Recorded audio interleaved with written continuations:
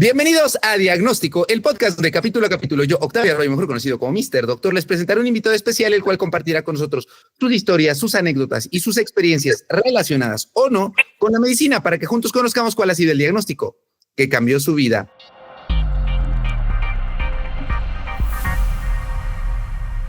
Antes de comenzar este episodio, amigos, me gustaría compartirles que en México somos más de 120 millones de habitantes y se calcula que más o menos 30 millones de ellos son deudores alimentarios. Sin embargo, no todos ellos están registrados como tal. Por lo tanto, hoy vamos a hablar de un tema que aqueja sobre todo a las mujeres. Un tema donde los padres se vuelven irresponsables y no responden propiamente por sus hijos y todo lo que contrae. Y para esto traigo a Ale Dolores para hablar del tema de deudores alimentarios y un poco acerca de su historia de vida y su travesía a lo largo de estos años. Ella, para los que no sepan, es creadora de contenido, estudió también Derecho y, bueno, también es prolactancia materna, así que estaremos hablando de muchos temas. Pero sin más, no olviden también compartir este video, darle like y recuerden que estamos haciendo uso de nuestra libertad de expresión y pues igual compártanle este video a algún deudor alimentario porque como ya dijimos son más de 30 millones. Si alguno se siente aludido, pues ni modo, a su conciencia les estará diciendo algo. Ale Dolores, primero muchísimas gracias por aceptar la invitación. ¿Cómo te encuentras el día de hoy? Hola Octavio, muchísimas gracias. Gracias por abrirme las puertas de tu podcast después de un tiempo, porque ya sabemos, luego sale el tiro por la culata el pacto patriarcal, ¿verdad? Que pasan cosas, pero bueno, gracias que estamos aquí. Como bien dices, prolactancia materna, que de repente me ha tocado aguantar miradas medio entre raras y morbosas, porque también esa es una parte de la que vivimos las madres que nos exponemos al pecho, pero bueno, he perdido la pena todo con tal de que mi hija y su bienestar esté en lo correcto, porque esa es la creencia que yo tengo de todo lo que he aprendido de lactancia materna y cómo ha sido toda esta travesía en la vida. Oye, Ale, a todos los invitados les hacemos una pregunta, iniciar una ficha de identificación, donde nos cuentan cuántos años tienen, a qué se dedican, solteros, casados, con hijos, sin hijos. Te escuchamos. Bueno, yo, Alejandra García, Alejandra Dolores García, entonces utilizo mis redes sociales como Ale Dolores, ahí me pueden encontrar. Y bueno, estudié la licenciatura en Derecho con varias especialidades, Derecho cibernético, marketing digital y también, bueno, pues Derecho familiar y penal, que lo estudié, pero además, bueno, lo he puesto en práctica por casos muy cercanos a mí y obviamente pues también mi propia situación de vida. Y me he dedicado también al periodismo, que es con lo que me he dado a conocer en las redes sociales, entrevistando a sus artistas favoritos en mi plataforma Es Mi Hit, donde sin ningún ánimo de lucro más que el de divertirnos y acercar un poco a las audiencias, a los fans, en un fan to fan con sus artistas favoritos. Entonces, bueno, he tenido la oportunidad de entrevistar un poco de todo, desde políticos, presidentes de nuestro país, pero también a mis artistas favoritos como Jonas Brothers, Demi Lovato y bueno, pues también a personas del automovilismo, etcétera. Y bueno, por eso me conocen. Y bueno, simplemente he tratado de en las redes sociales expresarme como una persona normal, porque a veces siento que solo se comparte lo positivo en las redes, pero no lo negativo, y creo que es la parte que ha hecho que mi comunidad, si bien es pequeña, es muy unida, porque tratamos de ser lo más reales posibles. Y bueno, pues soy mexicana y española. Okay. Es lo que te puedo decir de mi introducción. Y la edad que me dijiste, ¿verdad? Bueno, la edad, comenten aquí abajito. ¿Cuántos años tengo? 31 años, 31 Okay. años, gracias a Dios. Perfecto, Ale. Oye, y obviamente como un punto cardinal de esto, para hablar de lactancia materna, de deudores alimentarios, pues tenemos que saber cómo ha sido tu experiencia como madre. Me gustaría primero irnos atrás. ¿Cómo era tu vida antes de ser mamá, antes de ser madre? Bueno, creo que mi vida la puedo fragmentar así como que por etapas. La verdad es que siempre he sido siempre en un momento durante mi años de adolescente ya grande, 18, 20 años, siempre, fui una chica, la verdad, siempre positiva, muy activa, relativamente empoderada. Empecé a trabajar desde muy joven. Trabajé en el periódico Milenio haciendo traducción de los Juegos Olímpicos. Imagínate, del 2012 ahí estuve haciendo mis pequeños pininos, posteriormente en Coca-Cola México. Entonces siempre me consideré una mujer empoderada, una mujer que luchaba por lo que quería y saliendo adelante, que bueno, conforme fue pasando el tiempo y vas envejeciendo, además de que vas encontrando otras pasiones, bueno, pues la vida también te va llevando por situaciones y pues en los últimos años de mis 20s, ya casi 30, pues empecé como a pagarme como persona, ¿no? Empecé a hacer una ley diferente a lo que era, empecé a ser más triste, ya no me sentía empoderada porque ya no tenía los vínculos para sentirme empoderada porque ya no estaba trabajando, ya habían pasado varias circunstancias en mi vida que pues me fueron modificando. Y bueno, en la actualidad te puedo decir que pues soy una mujer nuevamente empoderada, bastante consciente de diferentes problemáticas que vivimos y sobre todo una mamá bien aguerrida y amorosa. Oye, ¿y tú te visualizabas así? ¿Cómo te imaginabas tú como mamá? O sea, ¿sí te imaginas primero ser mamá? O sea, ¿sí estaba en tus planes en un inicio? ¿Y cómo lo visualizabas? Bueno, igual y tal vez un poco con esta creencia tal vez que nos ha impuesto la sociedad, ¿no? Como una familia perfecta de el embarazo dentro de un matrimonio, con una pareja, un esposo que protegiera, pero que también apoyara, pero obviamente yo también me veía en una familia donde ambas personas estuvieran trabajando, pero que estuviera equilibrada eh, la crianza de los niños. Siempre quise ser mamá, siempre es algo que a mis parejas actuales, etcétera, bueno, actuales suena como que tuviera 20, ¿verdad? Pero bueno, desde a todas a las parejas que he tenido, siempre es algo que yo he dicho, yo quiero ser mamá, es algo que lo traigo desde muy pequeña, siempre he tratado de estar involucrada, que digo, trabajé desde muy pequeña, entonces que si apoyaba en campamentos de verano, en algún momento, de hecho, tengo un canal en mi, un video en mi canal de YouTube, perdón, donde hablo sobre la experiencia de ser au pair, que son niñeras bilingües o trilingües en otro país. Entonces yo tuve la oportunidad de ser au pair en Roma y con ello trabajar también en la Embajada de México en el Vaticano. Entonces ahí cuento un poco esa experiencia, como siempre me ha gustado mucho los niños y porque creo muy fuertemente que el hecho de que un niño pueda ser libre y ser feliz y realmente vivir su niñez o su adolescencia es lo que marca lo que va a ser de adulto. Ok, oye, te escucho y de verdad, o sea, yo ahorita vamos a hablar sobre esa palabra que a veces puede caer en un cliché o puede ser incómoda para muchos y que me sigue resonando desde que la dijiste hace un momento, que es este pacto patriarcal, pero yo no te conocía justamente hasta ese momento en el cual me mandaste tú un mensaje y me puse a ver y dije, pues que sí he hecho muchísimas cosas. O sea, yo, por ejemplo, en lo personal, no me identifico como alguien que haga, a pesar de que para muchos sí parece así que yo hago muchas cosas, pues la verdad es que no siento que mi vida haya sido tan atractiva hasta antes de Mr. Doctor. Pero yo te escucho a ti, ¿qué entrevistaste? Que a los Jonas Bloggers, que digo a los Jonas Brothers, que a Demi Lovato. También a los Jonas Bloggers. Saludos a mi David Alegre y a mi Miki y a mi Luis Rivas. Hoy que eran amigos de Daniel Bisoño, bueno, siguen siendo, aunque en la distancia y eternal, pero sí has hecho bastantes cosas. Y en todo este trayecto de, pues, la parte de ser cuidadora de infancias, de estar en la embajada, de crear contenido, de entrevistar, ¿cómo conoces al papá de tu hija? ¿Cómo conoces a esta expareja? Bueno, creo que de hecho eso es información pública. Pero me gustaría nada más para... Sí.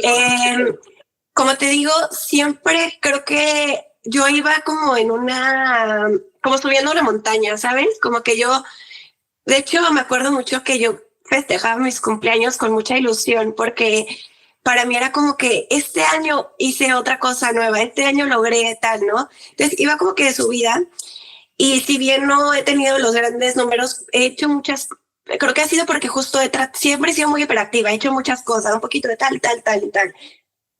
Entonces, yo me acuerdo un amigo, Gios, a quien le mando un beso, creador de contenido de la vieja escuela, hizo una Yo no fiesta. se lo mando, ya sabes que acá decimos las cosas como son, yo no se lo mando. Él anduvo subido en un tren del mame y burlándose de mi saquito de 50,000 pesos. Amigo, tú no eres quien para andarte burlando de los outfits ajenos y menos con esos outfits. Pero bueno, es tu amigo, lo respeto, está bien. Tu cuerpo, tu amigo. Bueno, ahora conocido porque ahorita hablaremos del pacto patriarcal, pero bueno, justamente mucha gente de redes sociales me ha cerrado la puerta por el hecho de tal vez querer apoyar a una figura solamente por el hecho de ser hombre, ¿no? Y no hablo solamente de alguna expareja que yo hubiera tenido, etcétera, ¿no?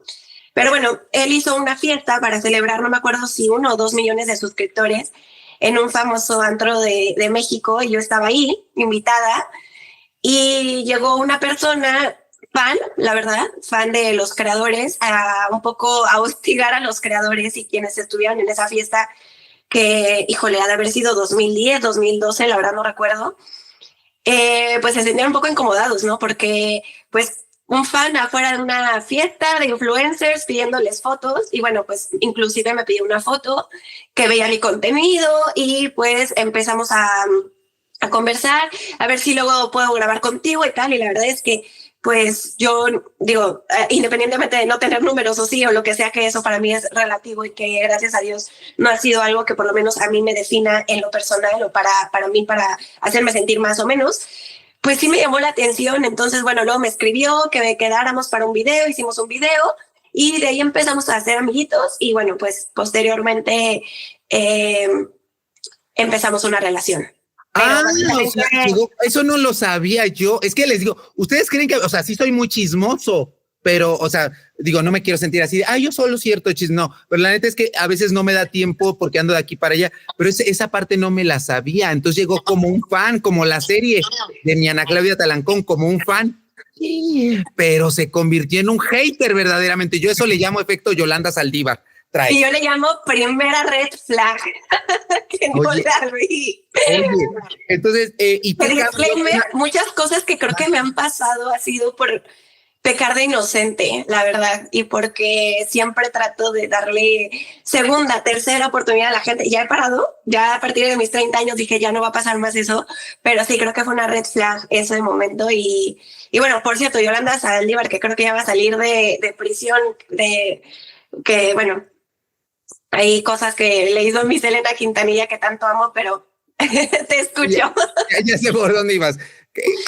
Miren, ya saben que acá, si por algo nos caracterizamos en Mr. Doctor, es por no autocensurarnos, pero tenemos que ser muy precavidos. Pero volviendo, ahora, tú mencionas esto, le conoces de esta forma, años después se vuelven pareja, ¿y qué cambios notaste con el paso del tiempo? Porque si mal no recuerdo, fue por ahí del 2016, 2017 que ustedes inician una relación. Pero ¿qué cambios viste en ese año? Porque recuerdo que tú 2016 se anuncian en un canal de YouTube como pareja, y al año siguiente en tu propio canal anuncias que ya no son pareja, pero a pesar de hacerlo público, regresaron. ¿Qué cambios hubo del inicio de la relación a toda esta travesía? Bueno, él cuando yo lo conocí, era un fan, literalmente. Y yo era conocida en el medio, sí, por hacer algún tipo de contenido, pero más por cosas que hacía detrás de influencers. Yo he sido manager y PR, relaciones públicas de influencers, ¿no? Entonces yo, evidentemente, pues cuando quieres a una persona, le empiezas a apoyar en la edición, el contacto con marcas. Estuve organizando la fiesta de 1 millón de seguidores, etcétera, invitando a otros creadores, fomentando las colaboraciones porque yo ya conocía más a otras personas. Y me empecé a dar cuenta que mi luz propia se iba apagando, ¿sabes? Como que, y ahora lo veo, pero yo en ese momento, y me costó mucho trabajo verlo, y creo que justamente el tiempo me ha hecho verlo, que justamente yo empecé a dedicarme 100% a esto, porque también se me empezaban a decir cosas como que, pues crecemos juntos, si yo crezco, tú creces, si a mí me va bien, a ti también, y entonces esto hace para la familia, y entonces... Manipulándote. Entonces, de hecho, muchas temporadas yo ya no podía subir contenido, porque yo hacía contenido justamente de celebridades. Me acuerdo mucho que yo grabé una entrevista con Juan Pazurita y nunca la pude publicar porque a mí se me decía que yo solamente hablaba de celebridades tradicionales, o sea, artistas de la industria de la televisión, del cine, de la música, pero no de influencers porque ese no era mi nicho. Y entonces empezaron a pasar este tipo de microviolencias que al final de cuentas son y red flags que yo lamentablemente no vi. Terminamos la relación pues de una forma... Primera vez. ¿Perdona? Perdón, qué dinero. ¿Por qué terminan esa primera vez? Terminamos porque tuvimos una discusión en la cual hubo violencia y... Ahí está. Ah, ya se salió. Amigo. Amigos. Ay, ay, ay, ay. Ay, ay, ay, ay. Amigo. Ahí está. Ahí está. Creo que ya está. Creo que ya ahí. Ya regresamos. Listo. ¿Me escuchas tú, Ale? Sí, perfecto, muy bien. Entonces, según yo, sí sigue grabando acá la pantalla. Si quieres, vuelven a preguntar algo de que por qué terminamos. Sí, no, pues, ¿por qué se terminó la primera vez la relación? Pues mira, se está como cortando, pero bueno, se terminó porque hubo una discusión en la cual hubo violencia y te digo, yo no vi las red flags. Terminé esa relación, estábamos juntos en un programa de una radiodifusora que al final lamentablemente esta radiodifusora junto con el Pacto Patriarcal, otros creadores de contenido, decidieron despedirme injustificadamente sin conocer mi versión y lo que a mí me había sucedido. Y me encontraba embarazada. Entonces, la verdad es que es un tema todavía sensible para mí porque fue mi primer embarazo. Entonces, obviamente no era como yo lo imaginaba. En ese momento, ese fue un embarazo no planeado, no fue planeado. Y aunque no fuera planeado, el hecho de perderlo para mí fue súper difícil. De hecho, posteriormente a esto, creo que la vida siempre me puso las red flags, pero también me puso las banderas verdes, que en algunas ocasiones las tomé, pero no como que completas, ¿sabes? Como que estaba en la bandera, pero no hice que ondeara. Entonces pasa esto, pierdo el bebé y a los días me llaman de la Secretaría de Relaciones Exteriores para decirme que se había autorizado mi traslado para el Vaticano. Entonces... Estamos hablando del 2017 más o menos. Del 2017. Entonces ahí fue cuando dije, creo que es lo que necesitaba y me fui a vivir a Roma. Estando allí, bueno, pues un poco este juego tóxico de voy a verte y te pido perdón y entonces volvemos y un poco la presión también social. Fue cuando hizo ahí un video de por favor díganle que le amo y que quiero estar, fue ese video, porque ese sí lo vi, pero la verdad es que desde mi perspectiva noté que iban y regresaban, entonces no sabía. Fue un video donde con la utilización de las redes sociales y el apoyo de los seguidores, solicitó que se me mandara un spam fuertísimo para generar esta presión en mí, para volver con esta persona y además obligarme, entre comillas, a decir que fue un experimento social. Entonces, cuando volvimos, después de que todo fue como un poco por presión, el experimento social, etcétera, tratamos de volver a llevar la situación y todo esto, pero yo ya no me sentía bien porque para empezar volví por ese motivo y entonces a mí me daba mucho miedo dejar la relación o decir que algo me estaba pasando porque todo iba a ser, ya no te creo, era un experimento social. Oye, entonces, ¿consideras que hubo manipulación? Digo, obviamente es más que obvio, sí. Pero... O sea, sí, yo no lo vi. Hubo...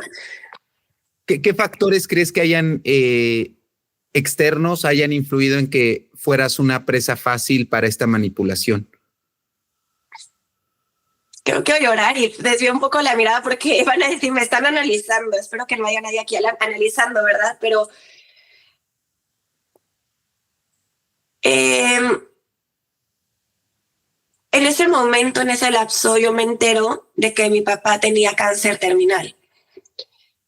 Y yo ya había perdido mis trabajos, yo ya había dejado el trabajo en Coca-Cola porque fue cuando empezamos a dedicarnos más a sus redes sociales, etcétera.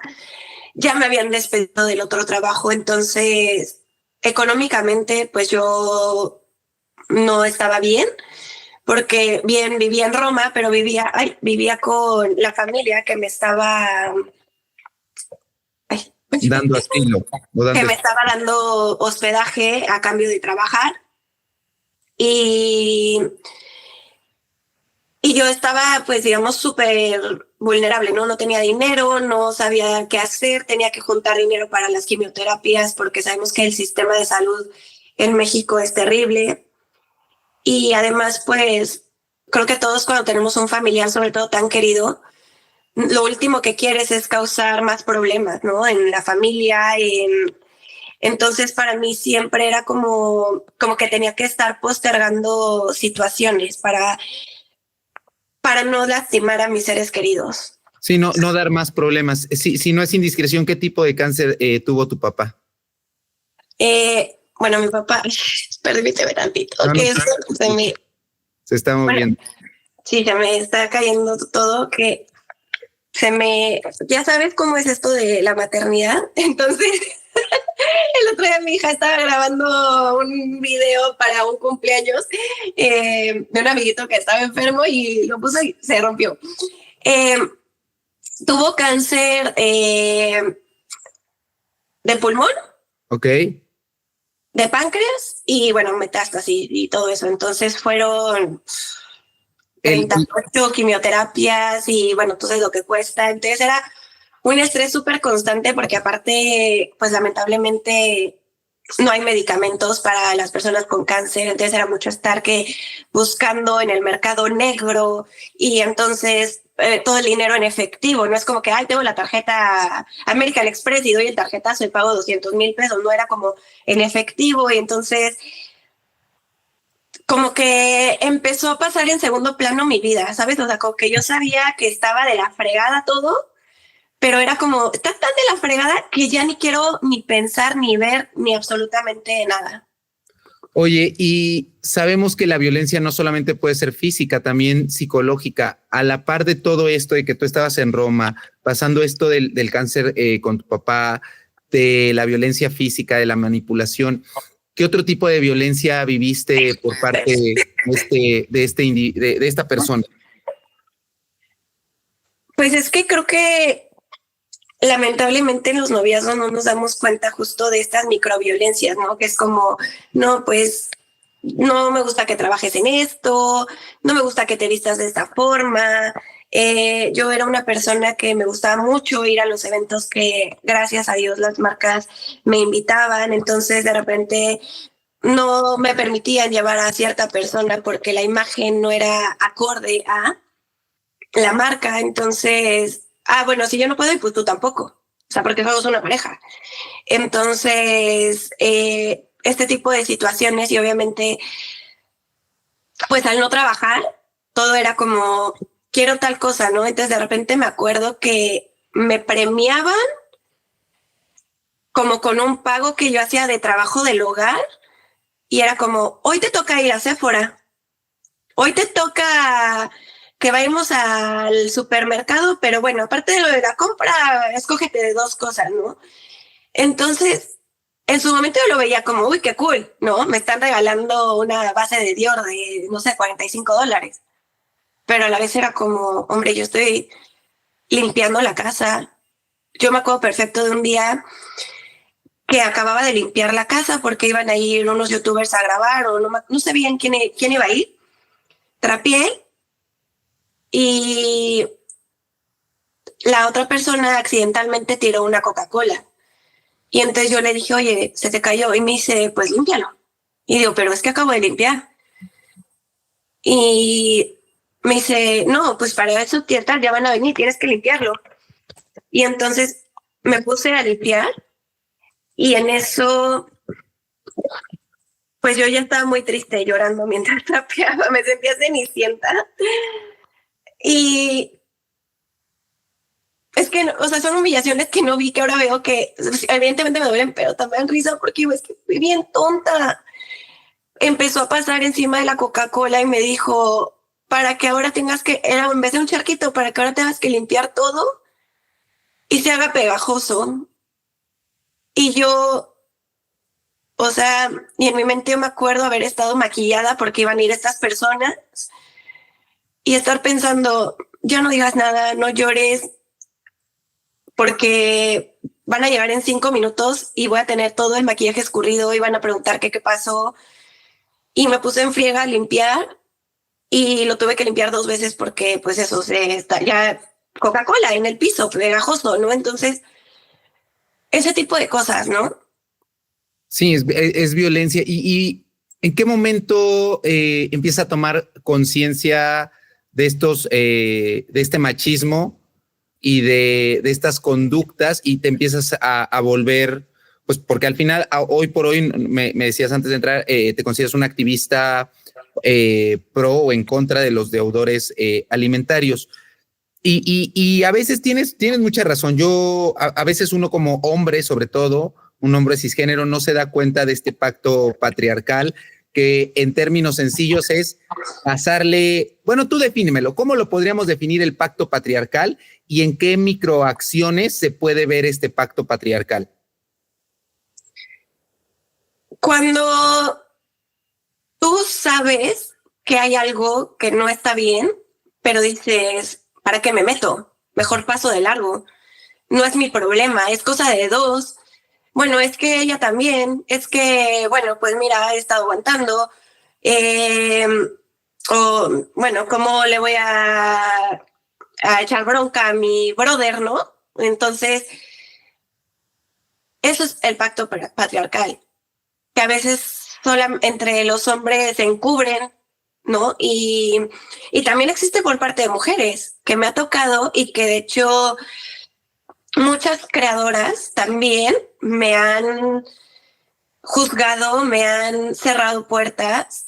Me acuerdo de una pareja de creadores que hizo una parodia de mí y de una expareja que tuve, riéndose un poco del tema del aborto, del tema del experimento social, que fue Wherever Tomorrow y Fernanda Blas. No tengo Problema en decirlo. Problema en decirlo.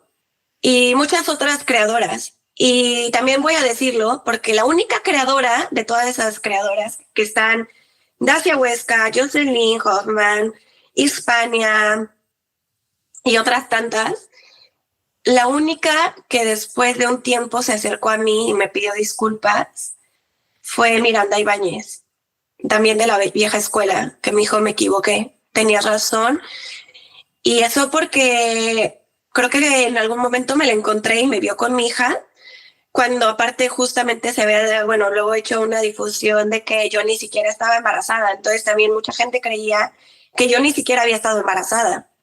Y cuando ella me vio, y creo que también por motivos personales de ella, me pidió una disculpa directa, privada, pero aparte de eso lo puso en sus redes sociales y se me hizo algo muy valioso, ¿no? Porque no todos lo han hecho. Y al contrario, de no solamente no hacerlo, no aceptarlo y aparte luego andar con la bandera de que son sororas.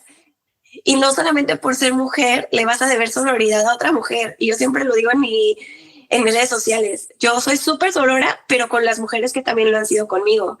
No con mujeres que no han creído en mi historia solamente porque prefieren creerle a un hombre que tiene más seguidores o que tiene más poder en la plataforma o que sabe más chismes y entonces en cualquier momento te puede destruir la carrera.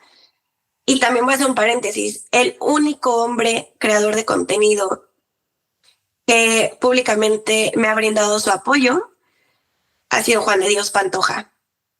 Eh, pero bueno, ya ni me acuerdo por qué te estoy contando esto, pero creo que es importante también ser agradecida con las personas que han brindado el apoyo, sobre todo cuando te sientes que te cierran una puerta y otra, y entonces otra vez no te creen y no te creen y no te creen y estás luchando. Y yo llegó un momento en que decía, no me importa que no me crean. Y eso pasó hace 5 años y digo, la verdad pone Sí, las cosas en su lugar. Sí. sí, eso yo te lo puedo decir. Y mira, que al final yo ejercí sin darme cuenta, porque ese es el gran problema de cuando uno ejerce ciertas acciones, no se da cuenta. Pasa lo mismo con la envidia. Muchos critican la envidia y no se dan cuenta que uno puede tener acciones de envidia hacia otros. Y lo mismo con este pacto patriarcal o micromachismos. Porque yo cuando me llega esto, y ojo, no lo hago para justificarme, porque ya saben que no lo, que si uno comete un error hay que reconocerlo. Y voy a hacer un paréntesis, que agradezco mucho que en su momento me lo dijeras. Ajá. ¿No? O sea, y aceptar eso, creo que eso es parte de la evolución humana, ¿no? Aceptar el error y para adelante. Sí, porque cuando tú me envías el mensaje, yo ya lo comenté, yo de verdad no lo sabía, o sea, no estaba muy bien enterada porque tú me lo enviaste en enero del 2024, hace un poco más de un año. Yo en esa época, para ser claro, por ejemplo, me encontraba yo en otra polémica, claro, con Aislinn Derbez. Entonces yo dije, ay, ahorita no, lo que menos quiero es esto. Y justo a mí no me da miedo si tienen poder, si las televisoras los apoyan, si las radiodifusoras, porque tú y yo compartimos la misma radiodifusora. A mí no me importa absolutamente nada. Yo me voy contra esto. Pero así como, por ejemplo, tú decías, uno tiene que ser agradecido. Yo por eso lo veía con la contraparte. No tanto conscientemente, no lo hacía por decir o es hombre o porque es muy famoso o por no, simplemente por agradecimiento, porque vamos a ser sinceros, digo, yo tampoco tengo nada en contra de Juan de Dios Pantoja, también ha hecho actos, youtuber, creador de contenido, cosas muy inadecuadas.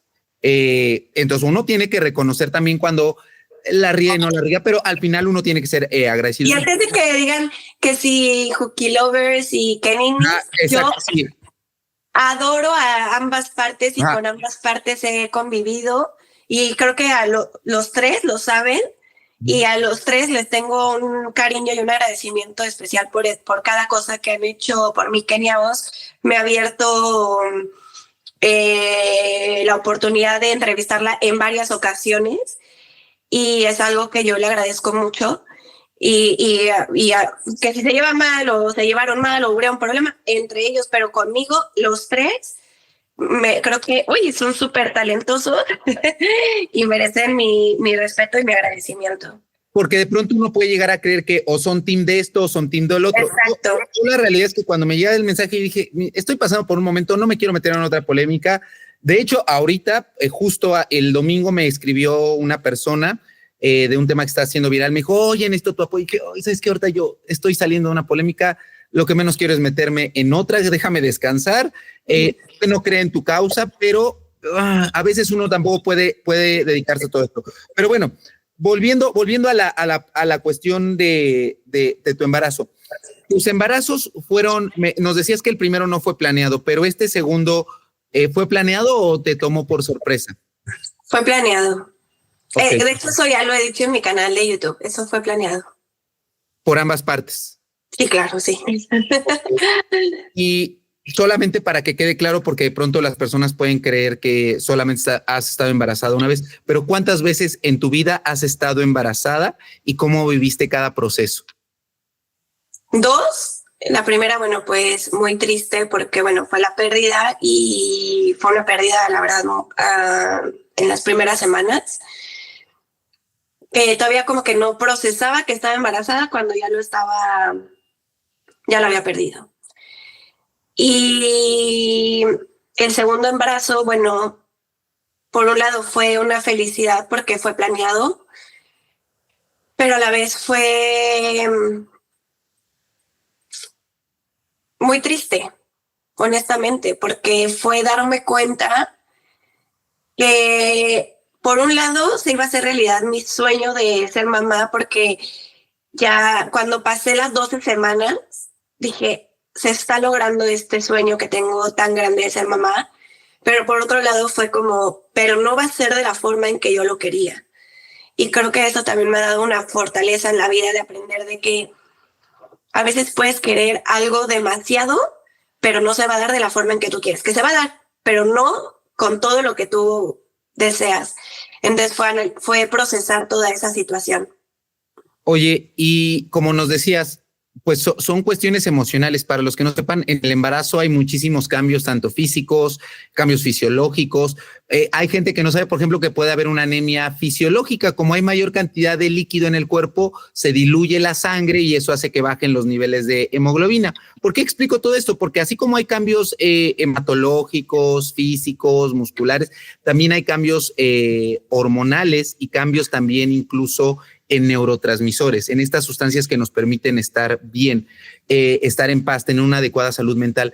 ¿Cómo fue tu salud mental después de este segundo embarazo? ¿Cómo atravesaste? ¿Cómo viviste? ¿O cómo fue tu salud mental en el embarazo de tu hija? Muchísimo estrés.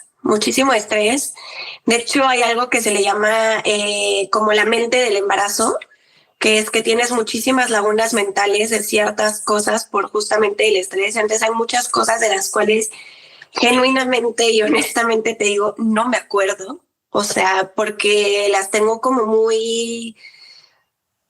Y de fechas, bueno, ni hablar. Y además yo estaba embarazada, pero aparte me acababa de enterar que ibas a hacer una dejada, una botada, como decimos. Y además pasando con el proceso de voy a tener una nueva vida, pero por otro lado, mi persona favorita, mi papá, se me está yendo. Entonces yo me acuerdo que había días en que en la mañana iba a la quimioterapia y en la tarde iba al ultrasonido. Y entonces era como ese contraste todo el tiempo, ¿no? De emociones, como estoy súper feliz, pero bueno, pero ahorita voy a esto. Y entonces ver a mi papá sufrir, pero bueno, pero ya escuché los latidos del corazón. Y pues evidentemente, ¿no? Cuando se da, me dice un día la ginecóloga, ya no está el otro bebé, fue como, no supe, la verdad, o sea, me quedé como que dije, no lo puedo creer, pero está el otro, pero entonces como que no entendía. Quería investigar mucho en internet el tema, pero tampoco me lo quería permitir porque ni siquiera como que quería saber cómo es que había sido posible, ¿sabes? O sea, entiendo entonces que tenías un embarazo gemelar. Exactamente. Y yo, como te digo, estuve en una situación de extremo estrés, además de un embarazo de alto riesgo, porque yo tengo el útero, le llaman creo que retroverso. Ajá, sí, que es una posición inadecuada de la matriz para que un bebé pueda crecer. Entonces es mucho más fácil que no se pegue bien o que se pueda salir o perder el producto. Exactamente. Entonces justamente por eso me dijeron que yo había perdido el primer producto del embarazo del 2017 y de hecho en el 2019 cuando quedo embarazada y se me empieza a presionar por parte de la familia política, yo asisto a una clínica de aborto para someterme a un aborto. Y en la clínica de aborto es cuando me cae el 20 que dije, es que esto es una bendición, porque yo no estaba convencida y yo defiendo el aborto al 100%, pero yo te digo que era mi sueño y era planeado. Pero yo dije, si no voy a contar con el apoyo y me lo están pidiendo, voy a la clínica. Fui a la clínica y pues yo pienso, ahí es donde quieren facturar, quieren hacer abortos porque es un negocio. Y me dijeron, no te vamos a hacer el aborto. Tú quieres un aborto, antes evidentemente de las 12 semanas, me dijeron, como tienes el útero retroverso, tienes que firmar un montón de papeles porque literalmente puedes perder la vida. Sí. Y me dijeron, si tú te haces el aborto, puedes perder la vida tú, aparte de evidentemente el feto. Y si no pierdes la vida tú, nunca más vas a poder tener hijos.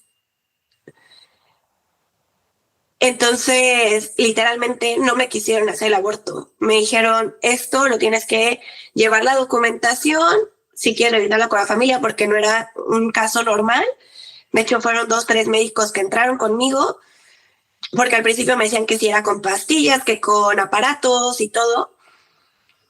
Y saliendo de ahí, dije, estoy en el lugar donde te venden o te hacen el aborto porque quieren cobrar y no me lo van a, o sea, me están recomendando no hacerlo. Dije, lo voy a tener, lo voy a tener. Y de ahí me fui al ultrasonido, me dicen, vienen 2. Entonces yo dije, no lo puedo creer. Y justamente la doctora me dijo, es que es un milagro de Dios porque, entre comillas, ya sabemos que científicamente no, pero justamente porque biológicamente era un embarazo súper complicado de que se diera, ¿no? Y sobre todo, pues de 2. Y bueno. Entonces, te enteras tras todo esto de un embarazo gemelar. Sin embargo, al final solo nace una, tu niña, tu hija. ¿Cuál fue el factor que determinó que el otro producto no se desarrollara? Porque esto... El estrés. El estrés y la anemia. Yo estaba anémica por el estrés y también por el tipo de embarazo que estaba teniendo. De hecho, yo recuerdo tener 5 o 6 meses en las fotos de mi baby shower que están en mi Instagram. Me veo delgadísima y yo empecé a perder peso en vez de subir, porque claro, con mi expareja yo había subido mucho peso, porque algo que hacen los narcisistas es que te pongas fea, ¿no? Entonces, en el sentido de, pues come esto, no me preocupaba por mi cara, por mi skincare, por nada, no hacía ejercicio cuando yo toda la vida había hecho fútbol, voleibol, correr, pilates, yoga, todo. Evidentemente, si estás con una persona que no se alimenta correctamente, que tiene una vida sedentaria, te arrastra a hacer eso. Entonces yo estaba pasada de peso y con el embarazo tenemos este mito de que come doble, ¿no? Porque come triple en este caso, ¿no? Porque vas a tener... Y yo comía y perdía peso y era por todo el estrés que traía. Y evidentemente el día que me golpean los policías, a los cuales yo puse una denuncia al gobierno porque fui detenida injustificadamente por un delito que yo no cometí y me metieron presa. Pero antes de todo eso... Estando embarazada. ¿Cuántas semanas tenías aproximadamente de embarazo cuando te meten a la cárcel? ¿Cuál fue el delito o la razón por la cual te metieron a la cárcel estando embarazada? Yo tenía 5 meses de embarazo y como te digo, mi embarazo no se notaba tanto. De hecho, coloquialmente se dice que cuando los niños están estresados, porque me lo decían amistades, es que se esconden, ¿no? Se esconden y solamente salen cuando está la luna, porque a la noche se me botaba la panza, pero en el día... Y decían, es que los niños resienten todo y literal está escondido. Entro, bueno, me detienen, yo sin saber por qué, hombres, policías, y entonces yo, como te digo, yo no había ejercido tanto mi aspecto penal y todo esto de derecho, pero sí tenía las nociones porque lo había estudiado. Entonces yo le digo, oye, me tienen que detener policías mujeres y no ustedes. Le llaman a unas policías mujeres, las cuales llegan y me empiezan a, obviamente molestas, porque quién sabe qué estaban haciendo, como México, ¿no? Seguramente estaban ahí echando el chisme y ay, me mandaron a trabajar, ¿no? ¿Qué pasa con esta? Que no sé qué. Y es que le digo, y es que aparte estoy embarazada. ¿Cómo que estás embarazada? Y me dan golpes en la panza y tengo esos videos. En la patrulla, yo iba vomitando todo el camino en la patrulla. Y nunca se me dice por qué estaba siendo detenida. Y pues llego y estoy ahí sin comer, sin absolutamente nada. Y te digo, Diosito te va poniendo las banderas verdes, que a veces no quieres ver, pero te ayudan, ¿no? Te jalan un poquito, aunque sea. Me acuerdo perfecto que había un grupo de chicas grafiteras que habían sido detenidas. Yo me desvanezco en el patio de la prisión.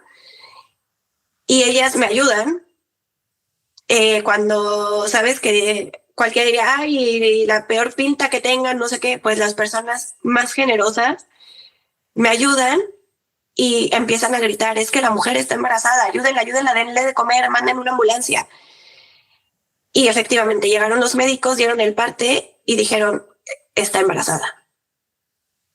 Y ahí es cuando empieza el indebido proceso, porque el delito que yo cometí no existió nunca, que se mandó archivo a esa carpeta porque no hubieron los elementos suficientes que configuraran un tipo penal, vaya, un delito, aunado al indebido proceso porque a mí nunca se me notificó que existiera una demanda en mi contra, dieron un domicilio incorrecto y además el delito del que se me imputaba que no existía, que no llegué a hacer la configuración de ese tipo penal, no ameritaba esa prisión, y yo al hecho de estar en gestación podría haber tenido una prisión domiciliaria, pagar con multa o en un hospital público. Y ahí es cuando yo veo a las personas de la prisión, bueno, las custodias que nos cuidan, pálidas, porque ya sabían que se les iba a ir mal, ¿no? Entonces ya llegaron mis abogados con amparos, etcétera, y dicen, efectivamente, está embarazada, no podría haber estado aquí, no se le dio de comer. Y bueno, pues finalmente se demuestra que no cometí ningún delito. Se llevó a cabo una audiencia sin mi presencia. Antes, durante el proceso. Durante, cuando yo estaba en la cárcel. En el proceso en la cárcel. Oye, está grabando, ¿verdad? Nada, para ver que sí sigue grabando todo, sí, porque salió y ahí está y acá. Sí, todo bien. Perfecto. Ahora sí, ya continuamos. Entonces, estando en la cárcel se lleva una audiencia. ¿Y por qué no te llevaron a la audiencia? Porque no me avisaron, porque todo era indebido proceso.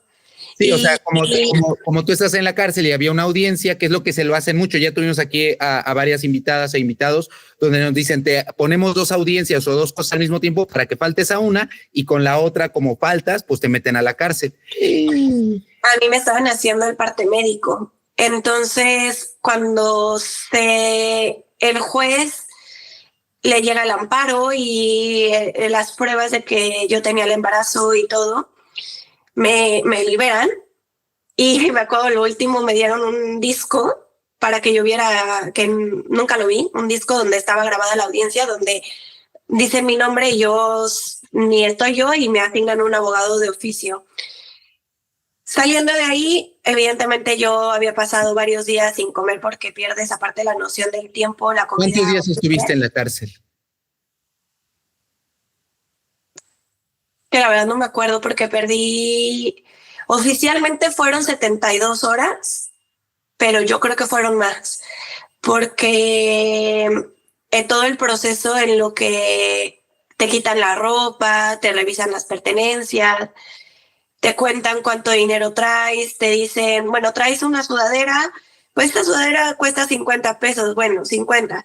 El reloj, 100 pesos, cuando no vale 100 pesos ni 50. Entonces te dicen, bueno, tienes 200 pesos para gastar en la tiendita.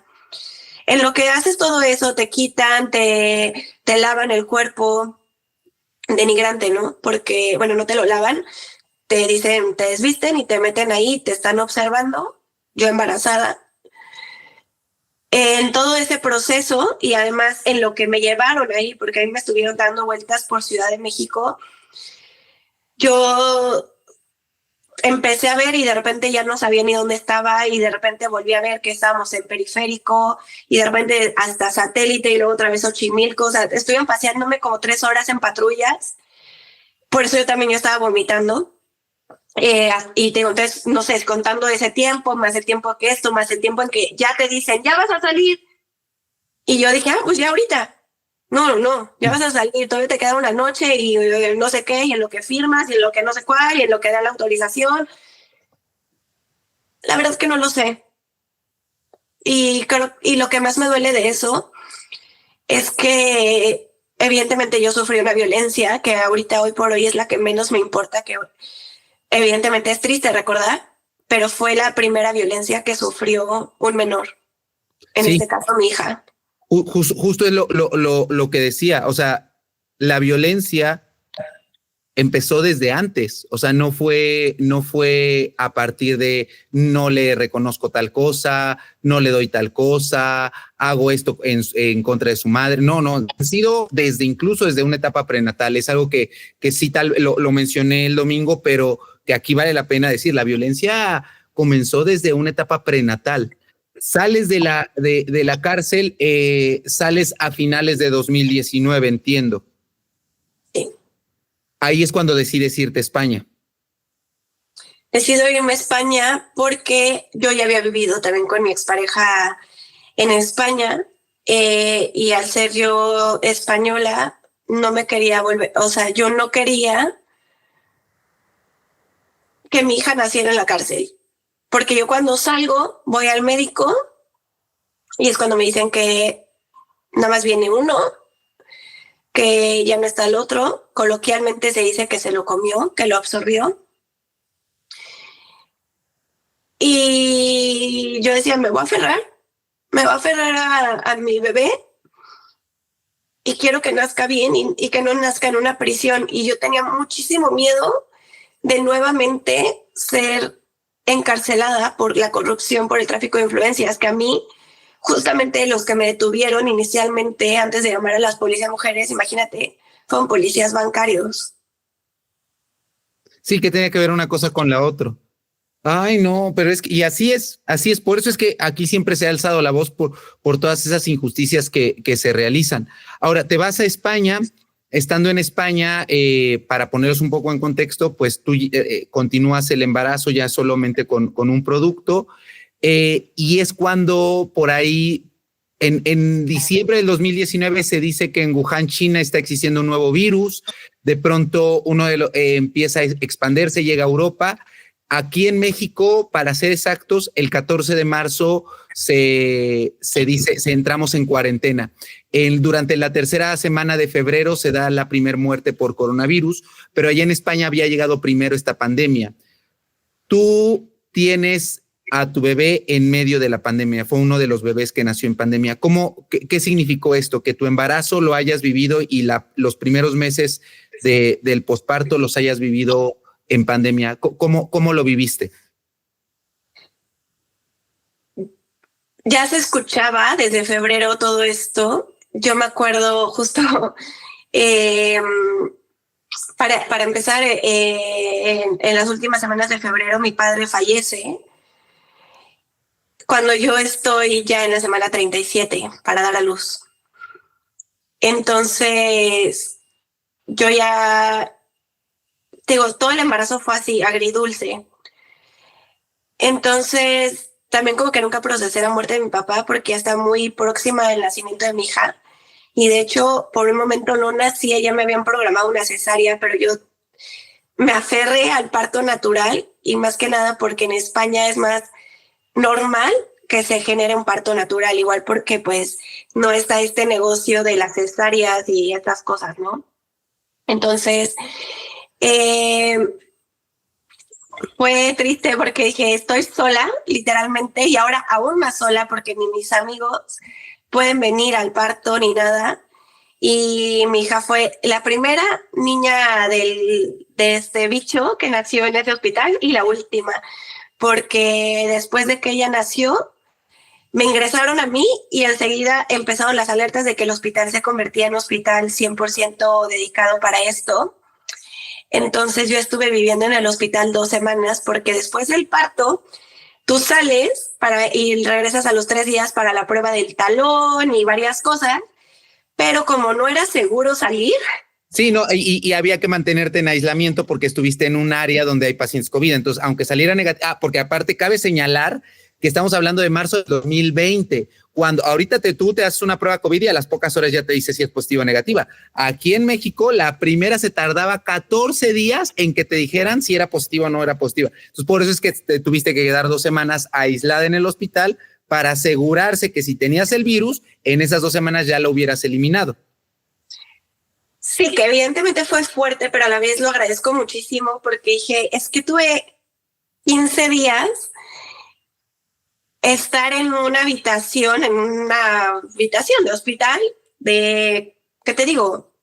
3x3, encerrada con mi hija, porque no había cuneros, no había nada. De hecho, yo iba a donar parte del cordón umbilical y todo esto, y las células madres iban a guardar, y al final ya no se pudo por todos los protocolos. Entonces fue feo, pero a la vez digo, bueno, tuve esa fortuna de que estuvimos súper vigiladas, pero también era la incertidumbre de que si yo tenía y no se sabía si yo ya se lo había pasado a ella, y bueno, o sea, la verdad muy, muy caótico. Y salí del hospital pues en una ambulancia que me llevaron a la casa para pues, porque no se podían tomar taxis ni metro ni nada porque todo el transporte público en España era destinado únicamente para personal médico. O sea, la verdad, bastante solidarios. Y pues fue así, sin salir, sin tener el apoyo de absolutamente eh, nadie, porque claro, mi familia iba a ir al parto, pero a la mera hora con el fallecimiento de mi papá ya no pudieron ir, pero además luego las fronteras cerradas y bueno, al final pues así estuvimos. La verdad, complicado, pero salimos adelante. Y el único ser humano con el cual estabas todo el día, pues era tu hija.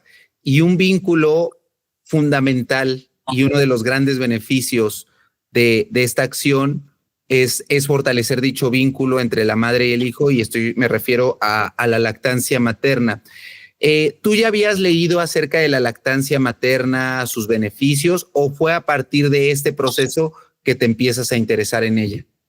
No, mira, en España, entre que es obligatorio o no tan obligatorio cuando tú vas a tener un hijo por parte de nacimiento en la sanidad pública, te hacen tomar cursos de primeros auxilios, de posparto, embarazo, etcétera. Entonces yo estaba muy involucrada en todo eso e incluso tomé cursos de lactancia materna. Entonces, obviamente, investigando todo. En esa época también salió una polémica de que había muchas fórmulas, no me recuerdo ahorita la marca, fórmulas de bebés que estaban contaminadas.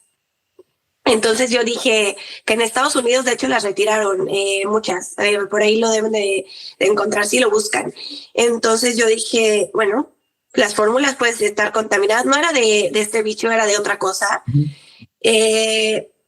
Pues me queda esto. Estoy las 24 horas con mi hija, pues así.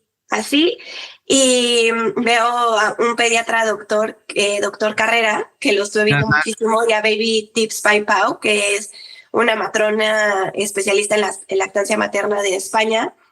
Y me la pasé viéndolos, aprendiendo, tomando cursos, y casi llegando a los 5 años de dar lactancia. Y es que te decía lo del doctor Carrera porque él tiene unas playeras de merch que dicen, voy a dar lactancia materna hasta la universidad, una cosa así. Oye, para los la lactancia materna, es decir, darle lechita de la propia mamá al bebé, aquí en México y a nivel mundial se recomienda que mínimo sea una lactancia exclusiva de 6 meses. Posterior a ello, no hay una fecha que se marque hasta cuánto tiempo darle. Pero bueno, la ONU sí. Exacto. La ONU... Yo ahí les puedo decir que yo me considero una persona ignorante. Yo no sé, no he leído, desconozco si hay, pero justamente Ale ahí sí es experta en decirnos, ¿hay fundamento o hay guías que marquen la pauta de hasta cuántos años se le puede dar lactancia a un hijo? La ONU, junto con la UNICEF y la Organización Mundial de la Salud, recomiendan que 6 meses por lo menos. Recomendable, o sea, eso es como que casi como que lo que te dicen que es lo que debes de hacer. 6 meses. Recomendable 3 años. Y idóneo, así lo manejan, 7 años. Ok, hasta los 7 años poder dar. Que de hecho, por ejemplo, en lugares como África, que tal vez no tienen otro tipo de alimentación, se da hasta los 7, 10 años, ¿no? Ok. Oye, ahora quiero aquí preguntar algo porque van a decir, bueno, entonces se supone que tú eres el doctor, pero hay un beneficio extra, o sea, porque algo que se dice es que mínimo sean 6 meses y a partir del 6º mes se inicie la lactación, es decir, ya darle probaditas de otra cosa, de alimentos no procesados, porque luego acá en México hay muchas ridículas y en todo el mundo, también en Latinoamérica y en todos lados, que andan diciendo, ay, que sus chetos, ay, que se le antojó tantita Coca-Cola. No sean ridículas, por favor. Nada. El Boeing. El Boeing, la Coca, no, nada de eso, solamente lactancia materna exclusiva. Pero se dice mucho, los que no están a favor de estas prácticas, se dice que posterior al año, a los 2 años, la leche materna ya no tiene ningún beneficio, que ya no aporta nutrientes. ¿Esto es real o es falso? Sí aporta. ¡Es falso! Díselos en su cara. O sea, sí aporta la leche materna después de los 2 años, sí tiene nutrientes. Sí. La leche materna es como el cuerpo es sabio. Entonces la leche materna se va actualizando conforme a las necesidades tanto de la mamá como del bebé. Evidentemente, al inicio de la lactancia materna tienes el calostro, que el calostro es la primera parte de la leche, que de hecho tú la ves y es amarilla, más espesa, tiene hasta inclusive un olor fuerte, porque es la leche más concentrada, que es donde se supone que vienen como que todos los... Las inmunoglobulinas, los anticuerpos, las defensas, ese calostro sale, es lo primero que sale cuando succiona. De hecho, les voy a decir, ya saben que aquí nos vale, aunque digan que somos groseros, pero hay personas que les dicen el calostro, porque siempre, bueno, a mí me pueden decir el calostro porque soy el primero que sale con la primera mamada. Pero bueno, entonces el calostro es importante por todos estos beneficios. Sí, de hecho te recomiendan guardarlo. Yo lo guardé porque gracias a Dios me salió bastante calostro. Entonces yo guardé un poquito, o sea, 20 mililitros para los primeros 6 meses. Entonces yo cada 6 meses lo sacaba del congelador y eso se lo daba con una jeringa para mantener el calostro, y también yo me tomaba el calostro porque contiene células madre que te hacen pues sentir bien. Aquí me lo van a decir, porque próximamente este capítulo está saliendo, pero vamos a tener un hematólogo que son los verdaderos expertos en células madre. Digo, está bien, si usted se quiere tomar su propio calostro, su cuerpo a su decisión, pero a quien sí tiene evidencia científica es al bebé. O sea, sí. Al bebé sí es necesario que le den el calostro, y eso sí es. Sí, ya digo, hay muchas cosas que supuestamente te sirven, que hay gente que incluso se la pone de mascarilla para el rostro porque te limpia el rostro, y de hecho lamentablemente existe un mercado negro bien caro y bien oscuro de la leche materna, porque está comprobado que te ayuda pues para los anticuerpos, etcétera. Entonces la leche se va, digamos, actualizando conforme va pasando el tiempo y siempre saciando las necesidades. Evidentemente llega un punto en que tú, a partir de los 6 y 9 meses, de acuerdo a lo que tú consideres, puedes darle una alimentación complementaria a tu hijo con alimentos sólidos. Yo lo que hice es algo que se llama Baby Led Weaning, que es una alimentación guiada por el niño, Baby Led Weaning. Entonces, lo pueden buscar, BLW, que es como darle los alimentos sin que sufran atragantaciones, y también alimentos de una forma cortada, que ellos puedan estimular la forma de la pinza. Y bueno, es como una alimentación integral, porque obviamente aparte de que los nutre, les desarrolla, pues, por ejemplo, también el sabor, ¿no? Porque no es lo mismo una papilla color naranja que trae camote, zanahoria, papa y no sé qué, a que los niños desde pequeños identifiquen el sabor de la zanahoria, el sabor de tal, y además ayuda muchísimo a poder identificar futuras alergias. Entonces, bueno, yo hice también parte de eso, y es en lo que me especialicé, la lactancia con el Baby Led Weaning. Y bueno, casi 4 años y medio de eso, que luego han dicho que yo he creado controversia a raíz de exponer a mi hija a la lactancia materna, cosa que se me hace, bueno, una verdadera ironía y una locura. Es que es la gente doble cara que dice, ay, no, ¿cómo le puede dar lactancia materna a los 4 años? Ay, señora, y usted le da Coca-Cola a su hija desde los 6 meses. O sea, no sean ridículos, o desde antes. O sea, se andan asustando. Ay, es que le di una probadita de chetos. De hecho, yo acá en mi canal tengo un Lady Probaditas. Le dio chetos a su hija de los 3 meses, le dio enterocolitis necrotizante. Por ahí se murió la bebé, o sea, se le distendieron, se le pudrieron los intestinos por andarle dando cosas que no. Entonces, no anden haciendo eso. Aparte, no tiene nada de malo mientras le complementen el producto, el bebé esté bien nutrido, está perfecto. Y eso que acabas de decir, digo, ya saben que aquí en Mr. Doctor, paradójicamente, aunque nos llamamos Mr. Doctor, a nosotros nos gusta hablar en español. Pero esto que dices tú está bien marcado por las guías mexicanas para lactancia materna. Se tiene que dar de un solo alimento. O sea, no es como tú decías, mezclarlos, todo es uno solo. Si esta semana le toca zanahoria, hoy solo zanahoria, para que el bebé, el producto vaya identificando poco a poquito, vaya diciendo esto sí, esto no, esto acá. Entonces es importante que se acerquen con un asesor de lactancia materna. No necesariamente tiene que ser médico, sin embargo, ya saben que yo, como pro evidencia científica, si les tuviera que recomendar un profesional del área de la salud experto en lactancia materna, busquen a un pediatra gastroenterólogo. Los pediatras gastroenterólogos son los máximos expertos desde el punto de vista médico en cuanto a nutrición. porque a veces ni los nutriólogos, luego, no sé si te tocó ver hace como 2 años, una nutrióloga de TikTok que decía que la lactancia materna promovía la obesidad. ¡Hora, vieja ridícula! O sea, al contrario, la lactancia materna promueve un adecuado peso en el producto. Entonces sí es importante que se vayan quitando mitos. Ahora, otro de los beneficios de la lactancia materna es que, pues, como nada más le das pura lechita que sale de tu cuerpo durante los 6 primeros meses, pues ya te ahorras también un gasto. Y es lo que te quiero preguntar. Más cuando eres madre autónoma. Es a lo que te iba a decir. ¿Cómo le hiciste para lidiar en un país que no es México para los gastos de la comida, de la ropa, de la luz, todo lo que implica un bebé? Si aún así con los 2 papás presentes es difícil, ¿a qué retos te enfrentaste tú siendo una madre autónoma? Bueno, evidentemente el no poder salir durante la pandemia, pero bueno, al final España ha sido mi casa durante varios años. Incluso te digo que llegó a vivir mi expareja en España, que bueno, por motivos de... Otros. Sí, que también estuvo detenido y todo eso, se tuvo que retirar de España.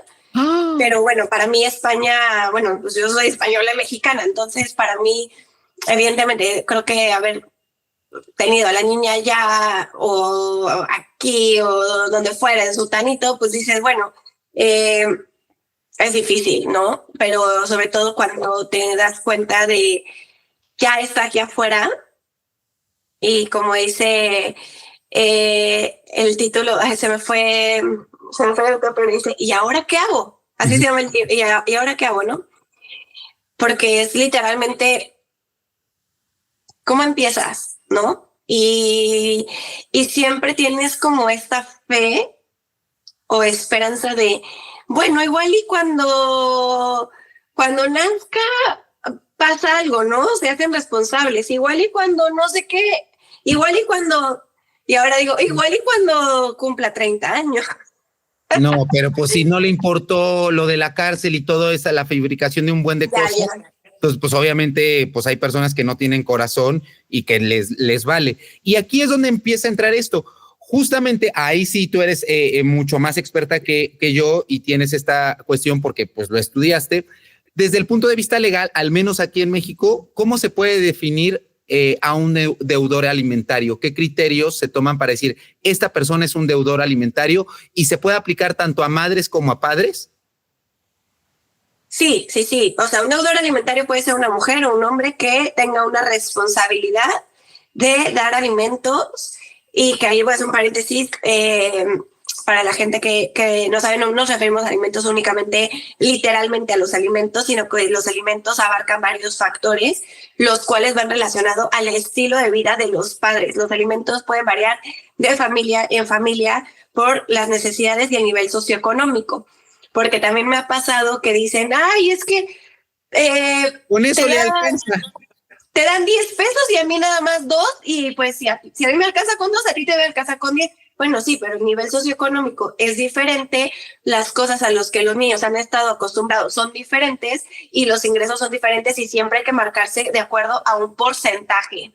Sí, entonces, proporcional de lo que gana la persona a lo que le toca al niño. Pueden ser hombres o mujeres, pero el común denominador es que sean los hombres.